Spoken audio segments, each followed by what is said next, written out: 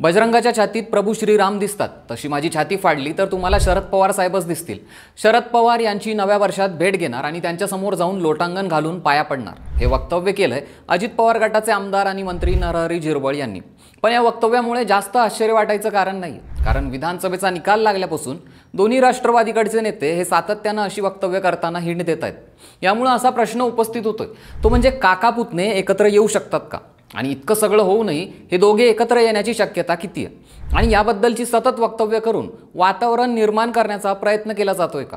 तेच आपण या व्हिडिओमधून पाहणार आहोत। नमस्कार, मी ऋषिकेश आणि आपण पाहत आहात लगावबत्ती। नवीन वर्षाची सुरुवात झाली। अजित पवार यांच्या आई आशाताई पवार यांनी पंढरपुरात विठुरायाचं दर्शन घेतलं, पूजा केली आणि देवाला साकडं घातलं।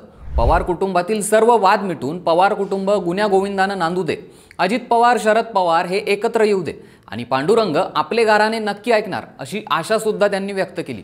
त्याचप्रमाणे काही नेत्यांनीही सूचक वक्तव्य केली आणि दोन्ही गट एकत्र येणार या चर्चेला पुन्हा वेग आला। बारामतीचं राजकारण पुन्हा एकदा राज्याच्या पटलावर आलं। काका पुतण्यांची जोडी वेगळी तर झाली, पण काही ना काही कारणानं ही नावं एकत्र येतच असतात। लोकसभेला कामगिरी करून दाखवलेल्या राष्ट्रवादी शरद पवार गटाचा मात्र विधानसभेत टांगापलटी झाला। लोकसभेत शरद पवारांनी 10 पैकी 8 जागा मिळवल्या होत्या, तर अजित पवारांना 4 पैकी फक्त 1च। पण विधानसभेत मात्र अजित पवारांनी बाजी मारली। एकूण 60 जागा लढवलेल्या अजित पवार गटाने 41 जागेवर विजय मिळवला, तर शरद पवारांनी 87 जागा लढवूनही फक्त 10 जागा मिळवल्या। त्यामुळे पवार यांच्या राष्ट्रवादीच्या भविष्यावरच प्रश्नचिन्ह उपस्थित केलं गेलं।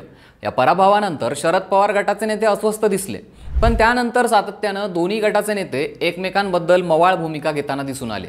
पण भाजपच्या नेत्यांकडून यानंतर सातत्यानं आघाडीचे नेते संपर्कात असल्याची वक्तव्ये केली गेली। यामुळे टांगा पलटी झालेल्या पवार गटासमोर घोडे फरार होण्यापासून वाचवणं हे मोठं आव्हान होतं, पण तसं काही घडलं नाही। उलट दोघेही एकत्र येतील अशाच चर्चा सगळीकडे रंगल्या। दोन्ही पवार गट एकत्र येतील अशी हिंट देणारी काही वक्तव्य पहा।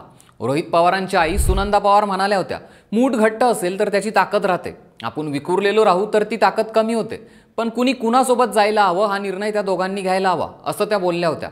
आपलं भविष्य उज्ज्वल आहे, एका रात्रीत सत्तेत येऊन मांडीला मांडी लावून आम्हीही बसू शकतो, 1 महिन्याच्या कालावधीतच एक गुड न्यूज कळेल, असं निलेश लंके म्हणाले होते।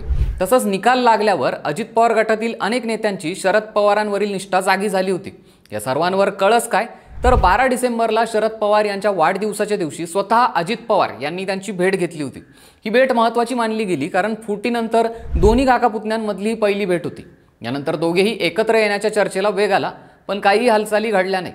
पण आपण लॉजिकली विचार केला तर हे दोघं एकत्र येण्याची शक्यता किती असू शकते आणि याची कारणं काय असू शकतात? पहिलं कारण म्हणजे स्वतः शरद पवार। पवारांनी ही माझी शेवटची निवडणूक असेल असं जाहीर केलं होतं, पण यश मिळालं नाही। राष्ट्रवादीचं अस्तित्व टिकवायचं असेल तर पवारांना काही ना काही हालचाल करणं भाग आहे। लोकांची कामे करायची असतील किंवा निधी मिळवायचा असेल तर सत्ता हातात पाहिजे। यामुळे काहीही करून सत्तेत जाणं यासाठी पवार चाचपणी करू शकतात। त्यामुळे मध्यंतरी चर्चा रंगल्या होत्या की पवार मोठा निर्णय घेऊ शकतात, पण त्यावरून पक्षातच मतभेद आहेत। एका गटाची इच्छा ही अजित पवार गटात विलीन होण्याची, तर दुसऱ्या गटाची स्वतःचं स्वतंत्र अस्तित्व नष्ट होईल म्हणून भाजपसोबत जाण्याची इच्छा आहे। यावरून 2 गट पडले असल्याच्या चर्चा होत्या। दुसरं म्हणजे त्यांची एकंदरीत कारकीर्द पाहता शांत बसतील ते पवार कसले? पूर्ण 5 वर्ष सत्तेबाहेर बसणं हे पवारांना जमणार नाही, यामुळे ते काहीही करून सत्तेत जातील असं बोललं जातं। युगेंद्र पवारांनी निवडणूक निकालाला आव्हान देण्याचा निर्णय ऐनवेळी बदलणं, ईव्हीएम बद्दल भूमिका न घेणं हे पवारांचे मागच्या काही दिवसातले डाव। पण तरीही या सगळ्या शक्यता आहेत आणि पवार भाजपसोबत सहभागी होतील ही शक्यताही कमीच आहे, कारण दोघांची वैचारिक भिन्नता, यामुळे हे समीकरण जुळेल ही शक्यता थोडी कमी आहे। यामुळे मागचं 5 वर्षातलं राजकारण पाहता शरद पवार नक्की काय निर्णय घेतील हे पाहणं महत्त्वाचं असणार आहे। हे वर्ष सुखी जाऊ दे, घरातले सगळे वाद संपू दे, अशी प्रार्थना पांडुरंगाकडे केली आहे, असं आशा पवारांनी म्हटलंय। तसंच बजरंगाच्या छातीत जसे प्रभू श्रीराम होते तशी माझी छाती फाडली तर शरद पवार दिसतील, दोन्ही पवार एकत्र यावेत अशी आपली इच्छा आहे, असं वक्तव्य मंत्री नरहरी झिरवळ यांनी केलंय। तर आम्ही सगळे शरद पवारांना दैवत मानत आलो आहोत। आम्ही जरी राजकीय वेगळा मार्ग स्वीकारला असला तरी शरद पवारांबद्दल आम्हाला आदर आहे। पवार कुटुंब एकत्र झालं तर आम्हाला आनंदच आहे, असं प्रफुल्ल पटेलांचं म्हणणं आहे। दुसरीकडे केंद्रीय मंत्री रामदास आठवले यांनीही दोन्ही पवारांनी एकत्र यावं, शरद पवारांनी मोदींच्या खांद्याला खांदा लावून काम करावं अशी आपली इच्छा असल्याचं बोलून दाखवलं।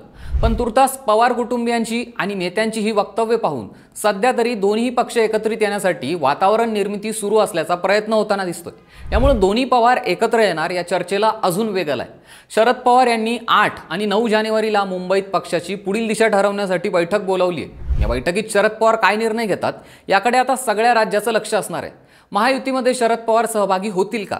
तुमची प्रतिक्रिया काय आहे ती आम्हाला कमेंट करून नक्की कळवा आणि आमच्या लगावबत्ती या YouTube चॅनलला नक्की सबस्क्राईब करा.